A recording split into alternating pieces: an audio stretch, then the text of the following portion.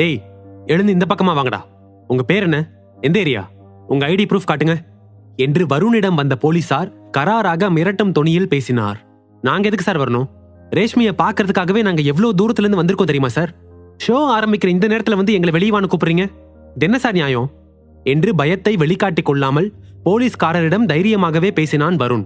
ஓ, அப்படியா ராசா? சரி சரி. அதப்புறா நீங்க உட்கார்ந்திருக்க சீட்டுக்கு இவங்க கிட்ட டிக்கெட் இருக்கு.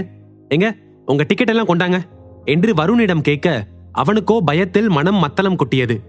டே சூர்யா, போச்சு போச்சு, டிக்கெட்டை வாங்கி பார்த்தாங்கன்னா அவங்க குட்டி வெளியே வந்துரும், அப்புறம் மொத்தமா மாட்டிக்க போறோம் என்று அங்கு நடப்பதை போன் மூலமாக கேட்டவாறு சத்தமில்லா குரலில் சிவா தன் நண்பனிடம் அலறினான். ஆனால் சூர்யாவோ எந்த ஒரு டென்ஷனும் இல்லாமல் கூலாக அங்கு நடப்பவற்றை கேட்டுக்கொண்டே இருந்தான். யோ ஏட்டு, அந்த பசங்க கிட்ட இருக்க டிக்கெட் எல்லாத்தையும் வாங்கி பாரியா என்று அவருடன் வந்த மற்றொரு போலீஸ்காரரிடம் கூற அவருமே வருணுடன் வந்தவர்களிடம் இருந்த 10 டிக்கெட்ஸையும் வாங்கி சரி பார்த்தார்.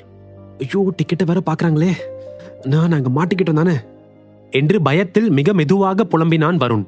இதேபோல் பிரச்சனை செய்து உள்ளே வந்தவர்களிடமும் டிக்கெட் வாங்கி சரிபார்க்கப்பட்டது. 2 குழுவிடமும் உள்ள டிக்கெட்களை வாங்கி பார்த்த போலீஸ் அதிகாரி சற்று குழம்பிதான் போனார்.